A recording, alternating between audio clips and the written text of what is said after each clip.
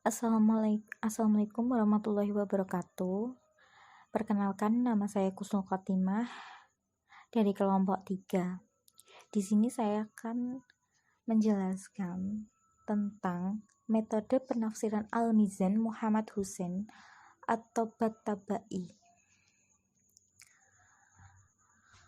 Tafsir Al-Mizan, tafsir ilmiah ini ditulis Tabatabai selama hampir dalam seluruh hidupnya. Penulisnya menanamkan karya ini dengan Al-Mizan fi Tafsir Al-Quran. Tafsir ini dicetak dalam 20 jilid dengan satu jilid sebagai fahrasat.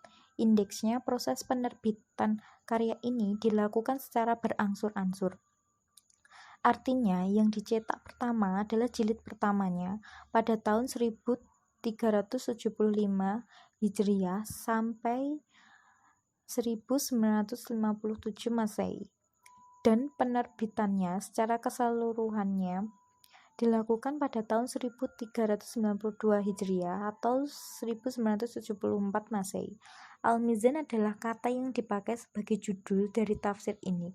Dipergunakannya termasuk ini karena dalam tafsir ini banyak memuat pendapat para ulama tafsir, baik klasik maupun modern, dari Syiah atau Sunni. Semua pendapat ini yang dijadikan sebagai bahan pertimbangan Tabatabai untuk memperkuat satu pendapat dengan lainnya atau dengan pendapatnya tersendiri.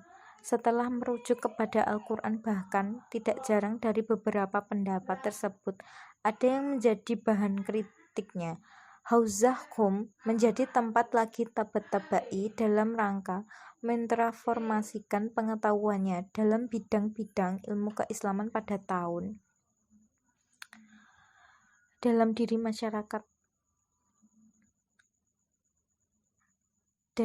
masyarakat Islam. Berikut berbagai situasi yang melingkupi lembaga Qum ini. Pada akhirnya saya berkesimpulan bahwa lembaga tersebut membutuhkan satu tafsir Al-Quran untuk mendapatkan sebuah pemahaman yang lebih baik dan instruksi yang lebih efektif untuk sampai pada makna yang tersirat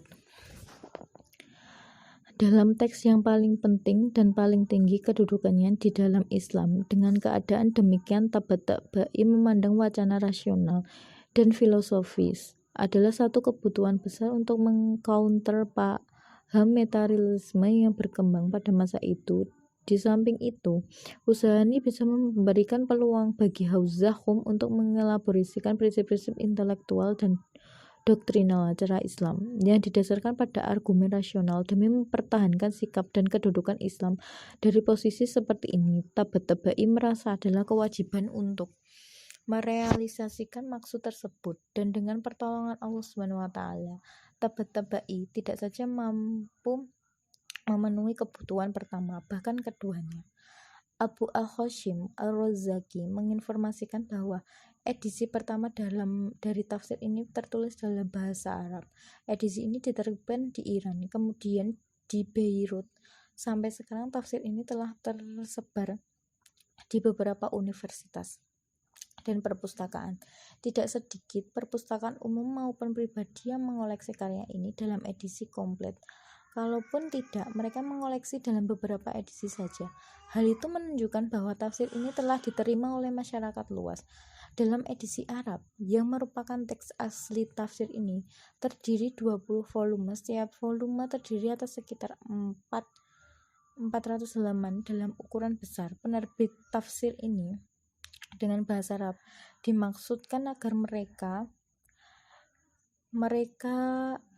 yang tertarik membaca tafsir ini akan memperoleh pengetahuan memadai dari ajaran-ajaran Islam di bawah arahan dan bimbingan langsung guru mereka. Terjemahannya ke dalam bahasa Inggris dikerjakan oleh Maulana Syahid Akbar Ridwi, dan sekarang telah rampung semua volume yang ada. Setiap volume yang diterjemahkan ke bahasa Parsi dibuat dalam 2 volume dengan jumlah seluruhnya versi asli dan Persia menjadi 40 volume. Aka Syahid Muhammad Bakir Musawi Hamdani adalah orang yang diserahkan tanggung jawab dan mandat dalam proyek menerjemahkan tersebut. Tujuan penerjemahan ini agar pembaca memperoleh pemahaman yang utuh atau uraian dari tafsir ini. Semua uraian dari dalam tafsir ini diturunkan dengan gaya bahasa yang hidup.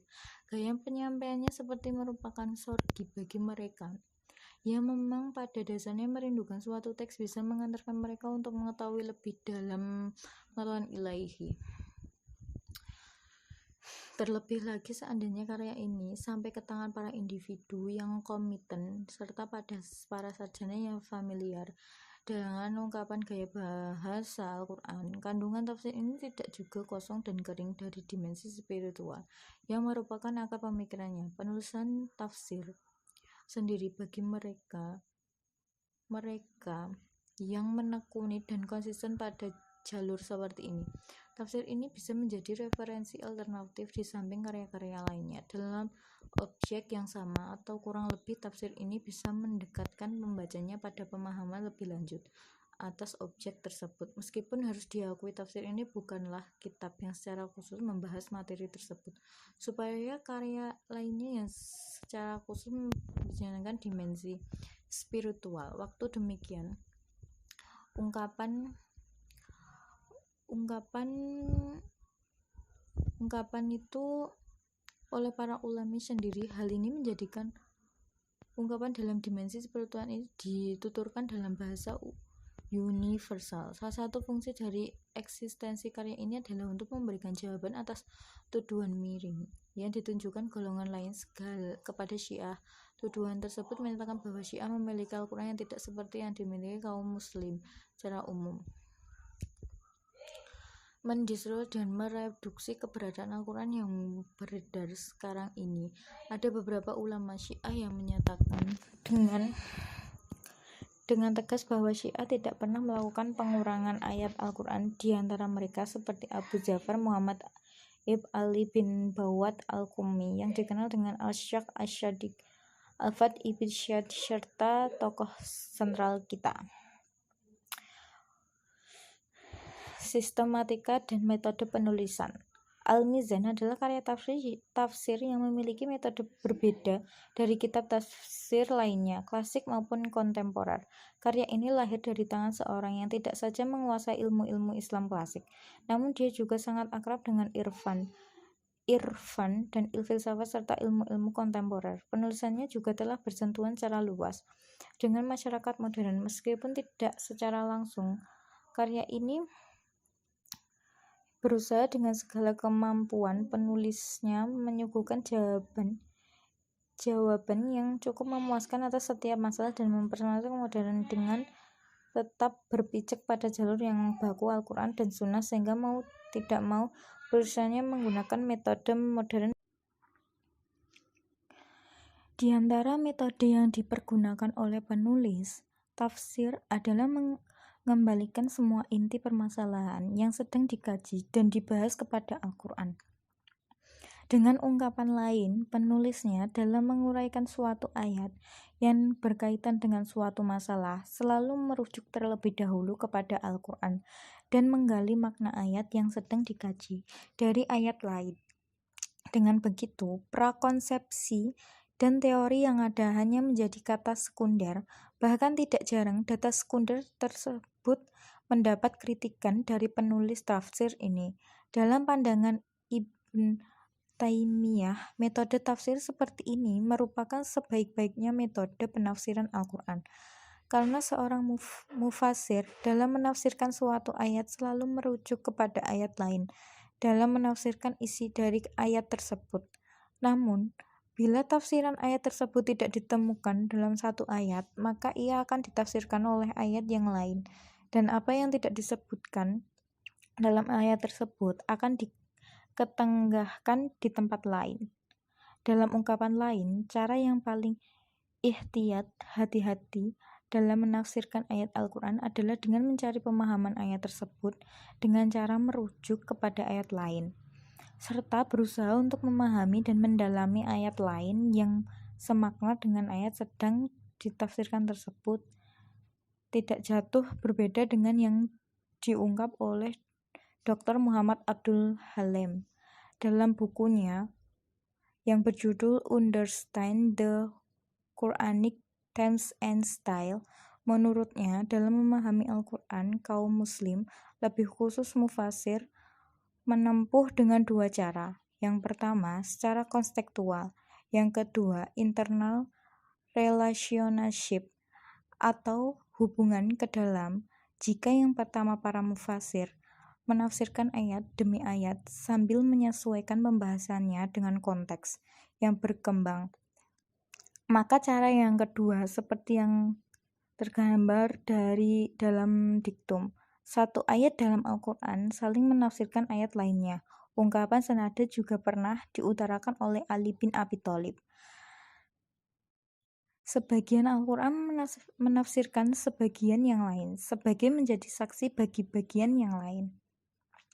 Dalam metode pertama, tidak jarang para mufasir dalam menafsirkan satu ayat terkesan memaksakan pemaknaan suatu ayat serta secara konstekstual, sehingga ayat tersebut hampir selalu jauh dari pengertian yang dimaui oleh Al-Quran sendiri.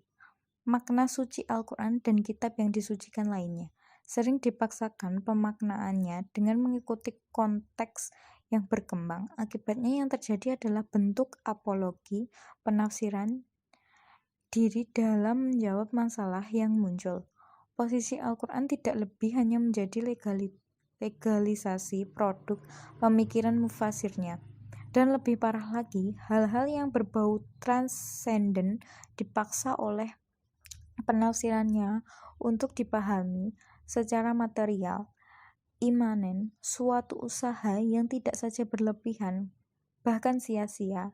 Kenyataan seperti ini yang dicermati Tabatabai ketika pertama kali datang ke Qom seperti telah disebutkan di atas. Karya tafsir yang ada, walaupun tidak semuanya demikian, hanya mengikuti kemauan penafsirannya dan terikat dengan premis serta postulat yang berkembang. Al-Quran tidak diberi kesempatan untuk mengungkapkan dirinya sendiri. Al-Quran seakan-akan terisolasi oleh pemikiran penafsirannya sendiri, sehingga pengertian yang dikeluarkan oleh penafsiran kehilangan maknanya yang paling fundamental dan tidak jarang bukan seperti yang dimaui oleh teks. Terlebih teks suci seperti Al-Quran. Diktum di atas mengindikasikan bahwa Al-Quran memiliki pengertian yang lebih dalam bila ia Al-Quran dibiarkan berbicara mengenai dirinya sendiri. Al-Quran tidak dikebiri dengan mengikuti konteks dan produk pemikiran penafsiran, terlebih lagi bila si penafsir telah terkontaminasi oleh peradaban barat dan aliran sains modern yang telah kehilangan dimensi spiritualnya dan seringkah berorientasi pada sekuler. Al-Quran adalah respon ilaihah terhadap kondisi umat manusia yang ditanamkan dalam qalb kesadaran Muhammad dengan latar belakang kondisi sosio-kultural, histori, dan logosfer bangsa Arab. Untuk itu seharusnya Al-Quran dibiarkan berbicara sendiri mengenai dirinya. Al-Quran harus dipahami dari yang diungkap oleh dirinya sendiri, bahkan seperti yang dipahami, apalagi dimaui oleh masing-masing orang penafsir. Inilah yang dipakai oleh Tabatabai dalam menafsirkan setiap ayat dalam kitab suci ini. Mufasir ini membiarkan Al-Quran berbicara tentang dirinya sendiri. Terima kasih. Cukup sekian penjelasan saya. Wassalamualaikum warahmatullahi wabarakatuh.